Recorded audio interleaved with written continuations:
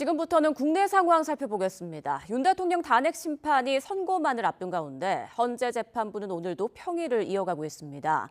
윤 대통령은 다음 주, 한덕수 국무총리는 이번 주 선고가 유력하게 거론됩니다. 취재기자 연결합니다. 차정현 기자.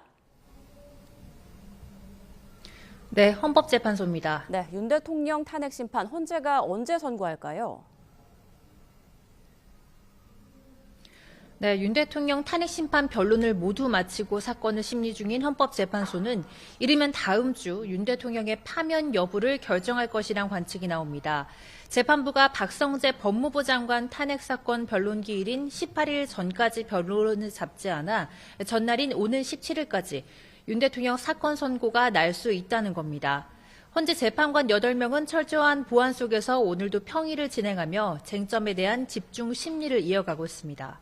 윤 대통령의 선고기일은 다음 주 중에서도 금요일인 오는 14일이 유력하게 거론됩니다. 앞서 노무현 박근혜 전 대통령 때도 변론이 끝난 뒤 각각 14일, 11일간의 수기를 거쳐 금요일에 선고된 바 있습니다. 네, 한덕수 총리에 대한 선고는 이르면 이번 주에 날 가능성이 있다고요? 네, 그렇습니다. 한 총리 탄핵 심판 선고는 임박했다는 관측이 나옵니다. 헌재가 한 총리 탄핵 심판 변론을 지난달 19일에 종결한 지 이제 2주가 됐죠. 실제로 한 총리 사건은 쟁점이 복잡하지 않아 결론을 내리기 어렵지 않다는 분석입니다. 헌재는 한 총리 변론 기일 첫날 90분 만에 변론 절차를 마무리하며 사건을 신속히 마무리하겠다는 의지를 내비치기도 했습니다.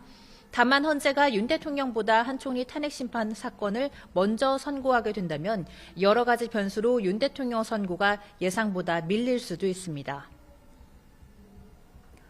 이런 가운데 마은혁 헌법재판관 후보자 임명 여부에 열쇠를 쥐고 있는 최상목 대행의 장고가 길어지고 있습니다.